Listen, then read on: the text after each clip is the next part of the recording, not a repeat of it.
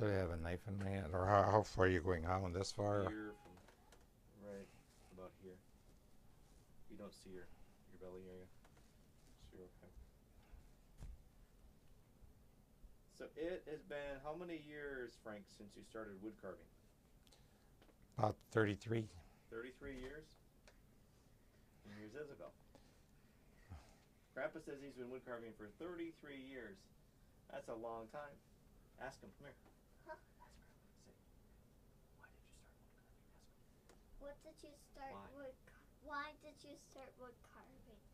Well, we visited some of Grandma Kay's relatives in Duluth, Minnesota, and their neighbor was a wood carver for like over 40 years, and he had wood carvings everywhere. And we spent almost a whole day looking at wood carvings at his house. And then he gave me a wood carving and a little piece of wood to carve something like it. And I was ready to go. Well, you've been carving all of these years. There has to be something in it that keeps you interested in wood carving. How come? What is it that about it that makes it appeal to you? Well, unlike teaching where you don't necessarily recognize that you're making progress, wood carving, even if I come down for 10 minutes and take a little wood off on some part of a carving, you see that you've made progress. And so it just gives you that satisfying feeling that something is developing. Does it go back to accomplishing something, would you say? Well, yeah, you know, you've got a goal in mind, and you're on the road. What types of things, when you first started carving, were your favorites when you first started? Well, when I first started carving, I did mostly just letter openers. I did a huge variety of letter openers, and like one of the chip carved letter openers I did for Christmas, I did like 25 of them, and to brothers and sisters, students that worked for me at the college, and some friends, and I tell my students now that in order to, and it's true for a lot of things, if you want to learn something, you have to do it more than once. And in carving, it's important to, master the motion of the cutting motion, and know ahead of time what's going to, what the result is going to be. If you try to carve a different thing every single time, then you don't ever, get comfortable with the development process. Okay. Anything that you've always, what's the most challenging thing for you to carve in terms of products? I mean, is it spending the time, the painting, the carving, the patience? Well, painting, they're like all carvings, whether it be a duck or a figure or whatever. There's various levels that you can leave the carving at. And if you're going to do a real decorative duck, then you have to have multiple colors on every feather and all that kind of thing, and you have to learn the blending and so on. And the same thing is true with the carving. Shaping the carving is what we call roughing out is one thing, but as you fully develop the carving, sometimes that last part takes more time than the whole rest of the carving. Well, a lot of times with hobbies, especially things where you create something out of a material, they say it takes patience. Would you say you're a patient person? Well, I think, well, yeah, it does require patience because, except for there are a few wood carvings that you can do in a few minutes. But some of the wood carvings, like some of the decorative decoys that I've done, I might have probably at least 80 hours in just one decorative decoy. And so obviously it does require a little patience. If you expect to get it done, for those who think it has to be done immediately, they shouldn't start. Right.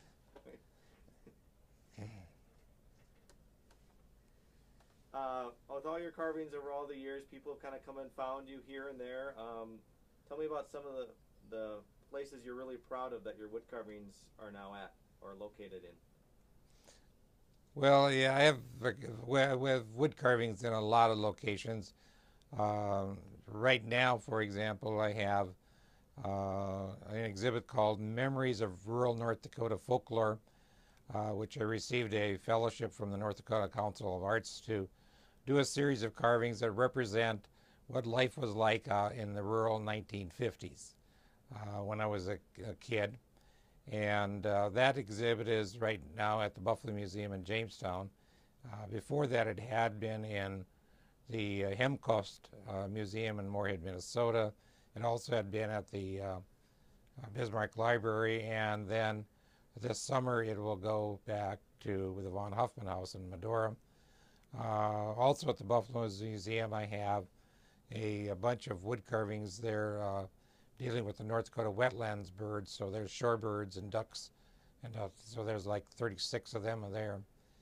And then I have quite a large number of wood carvings in conjunction with what we call an old West town, which is on display at the Cowboy Hall of Fame in Medora. And we probably have about 35, 40 carvings there, and I have about 20 of them are mine. So I've also have quite a collection of songbirds that have kind of done the circuit also to a variety of museums. So. What about, didn't you have some history with the governor's mansion and also with the presidency? I did some wood carvings on when Governor Art Link was in office. His wife had a walnut bed made by the people in the penitentiary, and they decided that they wanted a wheat motif in the headboard and the end board, and then they did a end table and a desk with all the same wheat motif and that type of thing. So, and that's in the governor's mansion right now. So and what about your Christmas ornaments? When George Bush was president, his wife Laura, for 3 years, decided that she was going to do a Christmas tree in the White House with a theme. And one year the theme was songbirds. And each state was able to offer 4 ornaments for the tree. And the National North Dakota Council of the Arts selected 4 people to provide these ornaments, and I happen to be one of them. And I carved a robin, which is one of the more common birds in North Dakota, to hang in the tree. And then we were invited to come to Washington, D.C., to the White House on the opening day ceremonies at the White House. And then what would you say in an average week, how many hours will you spend down here in your shop? And over all these years, would you say you spend more hours in here than you've spent at work sometimes, or? Well, it varies. Well, when I was still teaching, I obviously had other things that I needed to complete. But especially since I stopped teaching, some days, I might spend a good 8 hours down here, depending upon how many other meetings I have to go to. But I do, I'd rather than watch TV in front of the, in the sunroom or the den, I come down here and carve. I needed to be doing something. Would you say there is anything, if you went back prior to your recollection of saying, someone in Duluth that introduced you to carving, was there anything in your childhood you think back to that might have gotten you to this point where a hobby like wood carving evolved from? Well, there wasn't a lot of free time on the farm. When we come from a large family, we didn't, we were always a little bit slow in getting the more modern equipment. And so we spent a lot of time there. But on rainy days and that type of thing, where you couldn't do much else, we were allowed to, especially when the younger ones were allowed to go do whatever. And I enjoyed tinkering, making things out of scrap wood and whatever. So I've always was a tinker, I guess you might say. Okay. Do you have any favorite, like if you were someone to say, name me your top 5 favorite wood carvings, your top 5 like items you've sold or whatever, just top 5 if you were to think randomly. Well, I'm not really sure, because I ended up, when I first started wood carving, our club wasn't very large, and the, I don't know, there was like 4 or 5 people that would come to the club meetings, and they'd sit around and drink coffee and smoke at that time. And I said, well, maybe we should get, have a class. You should teach a class so maybe we get more people in the club. And nobody offered. And finally, one of them said, well, you should do it because you're a teacher. And I said, well, I just started. I don't really know how myself. And so I ended up learning. I went to a couple of workshops in Minnesota that summer, and that fall, I started teaching wood carving classes. And so I started doing figures mostly, and hence that's what everybody else did, is figures. And so then I decided, well, hey, we need to have something else to show. And so then I went to some more classes on maybe learning how to do a duck and some songbirds and that type of thing. And so I'm kind of, I have a lot of variety. People that like to become really good wood carvers stay just in one area. They just do figures or they just do ducks or that type of thing. Although I do very, very few animals and even fewer fish.